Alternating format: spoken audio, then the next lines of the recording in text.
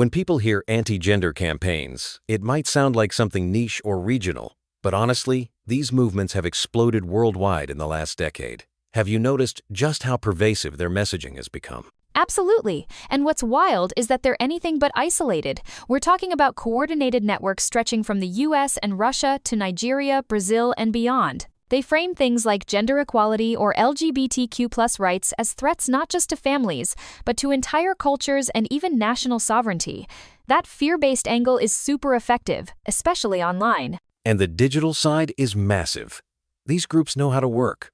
Social media, Telegram, X, YouTube. They're pushing narratives that gender studies, feminism, or even basic sex ed are part of some Western plot to erode traditional values. It's not just about laws, it's culture wars on a global scale. Right. And those narratives get picked up and reworked to fit local anxieties. Like, in the Global South, anti-gender groups cast these issues as Western imperialism.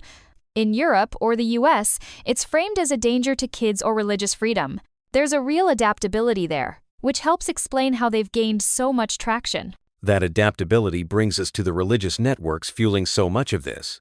It's not just one faith group. Catholic, evangelical, Orthodox churches are teaming up across continents. Did you expect to see those kinds of alliances? It honestly surprised me at first.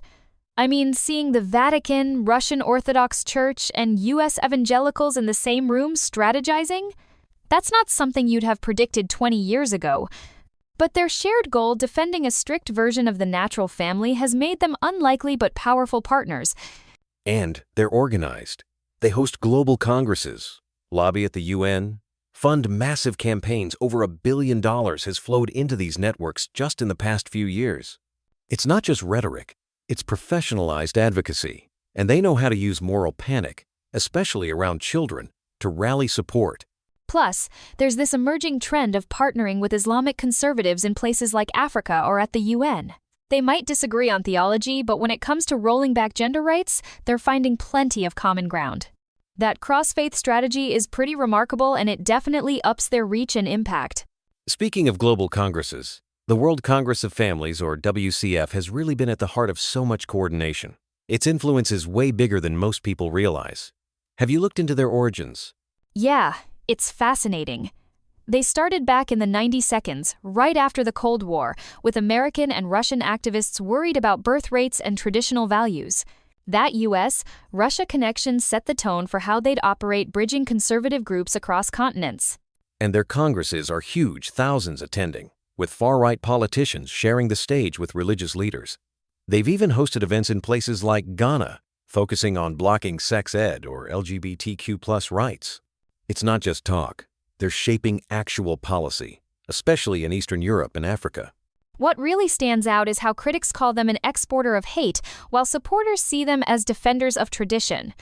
Meanwhile, their alliances with groups like Alliance Defending Freedom or Citizen Go form this web of activism that's hard to untangle. It's a case study in how a single organization can drive a global movement. That actually reminds me, so much of their power comes from behind-the-scenes lobbying, especially at the UN. But they don't even have direct consultative status themselves, right? Exactly. They operate through proxies, organizations like Family Watch International and United Families International, which do have UN access. This lets them submit statements, propose amendments, and train delegates, all while keeping their own name out of the spotlight.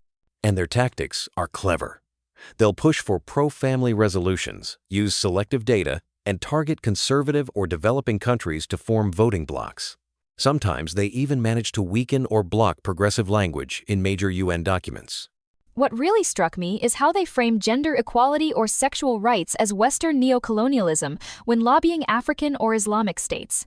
That framing is persuasive, especially when paired with moral panic around children and appeals to national sovereignty. It's a sophisticated, networked approach. Let's talk specifics. Family Watch International and United Families International. Their names come up everywhere in these networks. How would you compare their roles and strategies?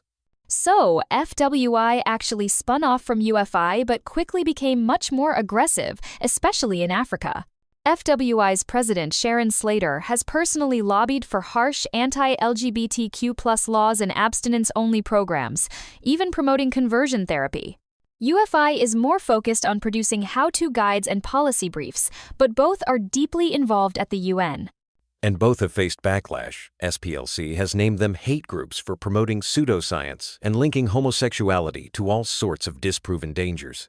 But FWI has taken things a step further, co-hosting conferences in Uganda and Kenya that directly influenced anti-LGBTQ+ legislation. One thing that stands out is their adaptability. FWI especially has latched onto local leaders and framed its agenda as protecting families from Western imperialism. Meanwhile, UFI sticks closer to blog posts and volunteer advocacy, but they're still part of the bigger push to shape international norms. With all this momentum behind anti-gender campaigns, it's easy to forget there's serious resistance, too. What do you see happening with feminist and LGBTQ+ advocacy these days? There's been amazing pushback, especially from youth-led and intersectional groups.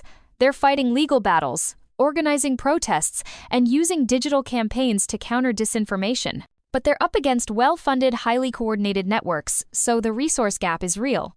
And it seems like the struggle is only getting sharper. The UN, the Council of Europe, even elections, these spaces are becoming flashpoints. Monitoring digital platforms for new narratives is more important than ever. Honestly, the next few years will be critical. The anti-gender movement is getting more entrenched in state policy, but counter-movements aren't backing down. It's a tug of war that's shaping the future of rights and equality across the globe.